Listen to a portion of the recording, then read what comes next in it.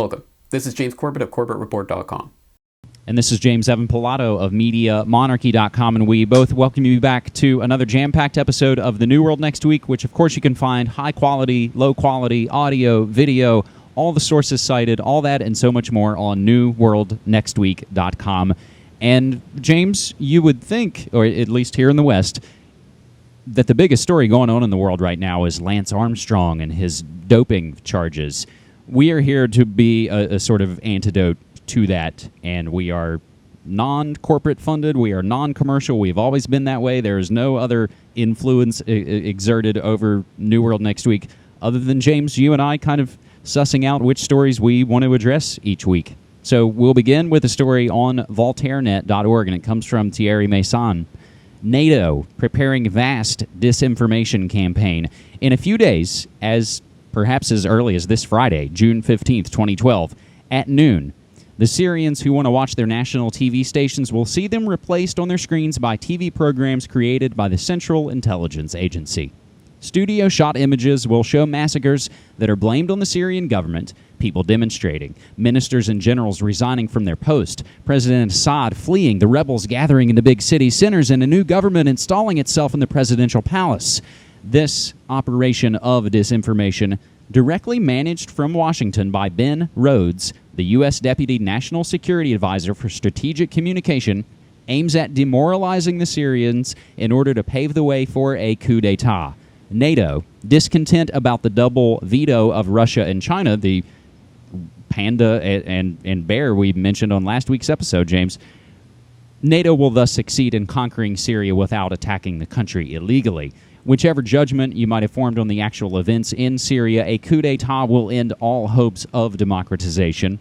The Arab League has officially asked the satellite operators Arabsat and Nilesat to stop broadcasting Syrian media, either public or private. A precedent already exists because the Arab League had managed to censure Libyan TV in order to keep the leaders of Jamahiriya from communicating with their people.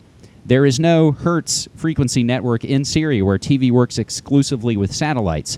The cut, however, James, will not leave the screens black. No, it will not. Well, an interesting story, and one that, like every other story, I suggest people reserve their skepticism about. Obviously, this is dealing about something that is a possible event in the future, but it's certainly one worth taking into account because Thierry Masson is, of course, he's been living and working in that area for several years now. He was in Libya during that siege, and he's been traveling to and working in and around Syria for quite a while now. So I know he does have sources there. And certainly it is an interesting story because it does name people by name, Ben Rhodes and Bandar Bush and others, specifically named in that article as being complicit in this plot. So there is enough detail there that it is something that we have to take seriously. And certainly, as he goes on to outline in that article, it's not an idea that's completely off the wall. In fact, it's something that we've seen several times in the past. And he writes, for example, about Venezuela in 2002, when the U.S. staged that military coup against Chavez, and that was backed up by several TV stations that were reporting on these protesters that had gathered to try to oust Chavez. But in reality, of course, it was not a protest movement at all. It was completely a military coup, so that was a completely TV staged event. We saw similar things going on in Libya last year with protesters supposedly amassing in Green Square in Tripoli, but in fact they weren't there. They hadn't even captured the city yet. So we've seen this used as a ploy enough in the past that it's not altogether unthinkable to think that it'll be used against Syria, especially now at this juncture as things are heating up again in Syria, as Hillary Clinton is pointing out against the perfectly legal practice of the Russian government of selling attack helicopters to Assad, but they're giving for some reason not talking about the millions of dollars that the U.S. has been illegally pumping into the Syrian opposition for years now, unbeknownst to the American public. So things are definitely heating up in Syria again, and it is coming to a head, and we could definitely see some kind of tactic like this used once again to try to trick and fool the public into going along with a war agenda. So it's something we have to keep our eyes on.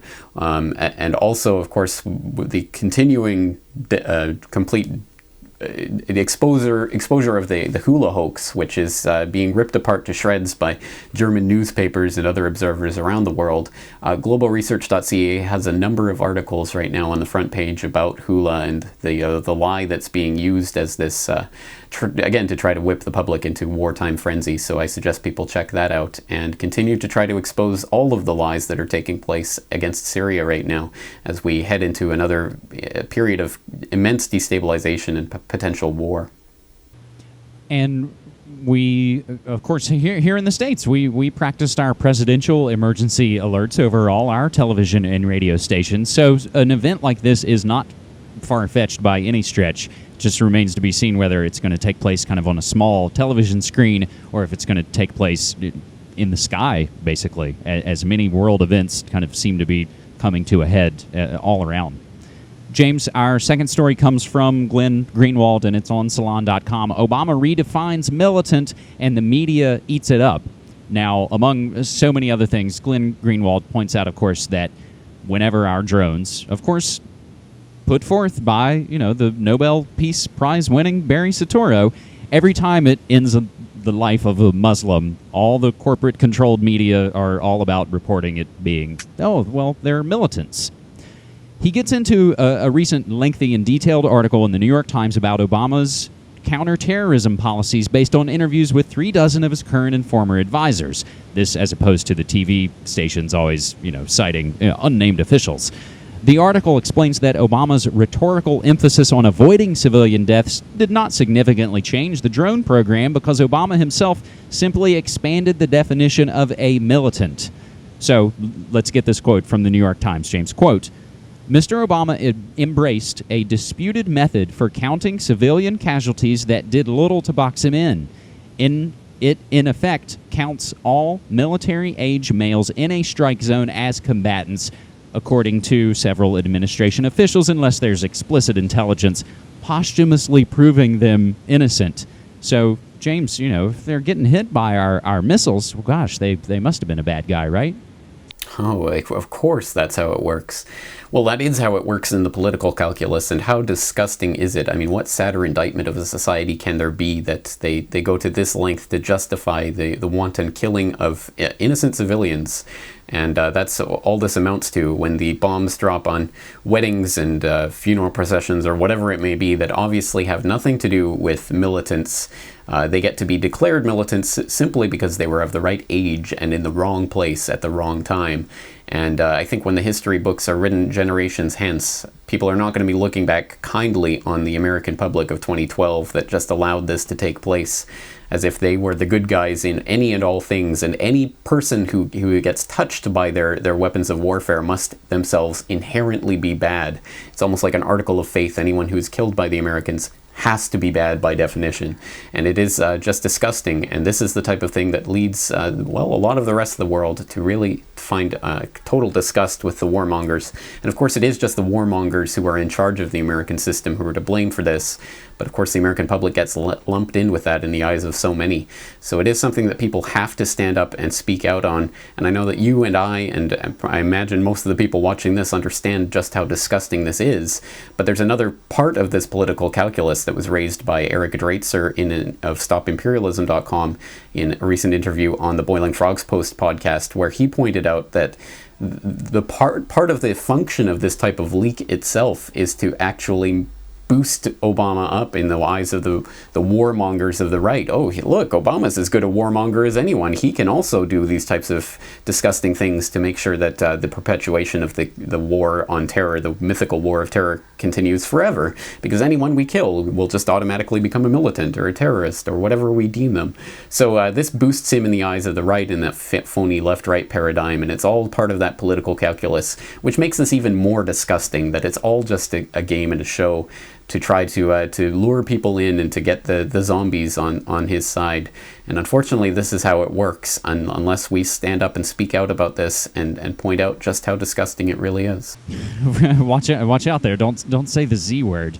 But yes, we see from this administration, so the leaks concerning the info to Catherine Bigelow making the Osama movie, so they can have the official Osama myth, or the leaks about Obama being essentially behind the push for Stuxnet and Flame. And maybe this gives him a little more cachet. And maybe really, I don't know, in a way the tide seems to have shifted in some way, that the possibility of a Romney presidency doesn't seem that far-fetched. And, of course, Brzezinski has created another, one-term Democrat president who, presided over the, of course, engineered malaise. And, of course, James, we'll see in the presidential selections, in the emotional con game, some of the folks that you think that, you should maybe put your faith in, they're going to end up endorsing some of the main horses in the main controlled race. James, do you any note on that? A veiled illusion, but I think everyone knows what you're talking about there. And you're right, there's a lot of political backdoor shenanigans going on right now. Surprise, surprise. So unfortunately, yes, we have to keep ever vigilant of that. And unfortunately, even the leaks themselves are becoming this part of this greater political game. With the leaks now, there's going to be a special investigator into the leaks. And might bring down Obama. And it ties in with Romney at Bilderberg 2012, et cetera, et cetera. So we don't know exactly how this is going to play out. But it doesn't really matter, because choosing between Obama and Romney is like choosing whether you want to eat a pile of barf or eat a pile of diarrhea. Personally, I'm not going to eat either, so I humbly suggest to other people out there that they also come to that conclusion for themselves, but who am I to tell them what to vote? James, our third and final story this week perhaps sets us up, and again, we'll remind folks that every Thursday night on Corbett Report Radio on republicbroadcasting.org, we do foodworldorder.com episodes. So with a nod towards food, health, and the environment, you have an original, exclusive new report that you wrote that's up on your own FukushimaUpdate.com. More reports emerge regarding Fukushima cover-ups. James? That's right. Let me just read the opening to this. It says, 2 new reports have emerged this week from the Japanese government demonstrating how government agencies hid data from the public in the wake of the Fukushima nuclear crisis and how they misrepresented the effects of that crisis. On Monday, NHK obtained a draft report from the Japanese Science Ministry about the government's response, including how data from the System for Prediction of Environmental Emergency Dose Information was deliberately kept from the public. The speedy system was used to forecast radiation fallouts and was later proven to be accurate in its predictions, but even though the Japanese media was asking for the data from the onset of the disaster on March 11th, the government refused to provide it until April 25th. It also goes on to say, meanwhile, the Education Ministry has released a similar report assessing its own response to the crisis, and it addresses its decision in April of 2011 to set the maximum radiation exposure level for outdoor school activities to 20 millisieverts per year, at the extreme upper end of the ICRP's recommendations for exposures in post-emergency situations. I'll let you to continue reading that on your own, but suffice it to say the reports just basically go to confirm what we already know, that the government has been hiding data and misrepresenting data to the public since the very beginning, and here they are coming out a year later saying, oh, we're sorry about that, it won't happen again, and basically you can trust it as far as you can throw it, which is not very far at all. Well, and we can just pull a popular quote from popular culture that, maybe when they tell you not to panic is probably when you should panic. James, if we can just wrap this up in a simple kind of soundbite summary. So it seems from our 3 stories that they're redefining what is dangerous radiation. They're redefining what it means to be a terrorist or a militant. And they're even redefining what you see on your TV as your reality. So just as we see on all these different levels that we always tell folks, don't take our word for any of this. We do this with our hearts. We're not corporate. We're not funded. No one's telling us what to talk about, James, other than you and I kind of working out what stories we want to cover. We see this game. That's right. And if there's a hopeful message to this as well, it's that the truth will eventually be exposed by one form or another. So we have to be out there harping on it when we see it. But we're completely out of time, James. I want to thank you for your time, and I'm looking forward to talking to you on Corbett Report Radio tonight. All right. Take care.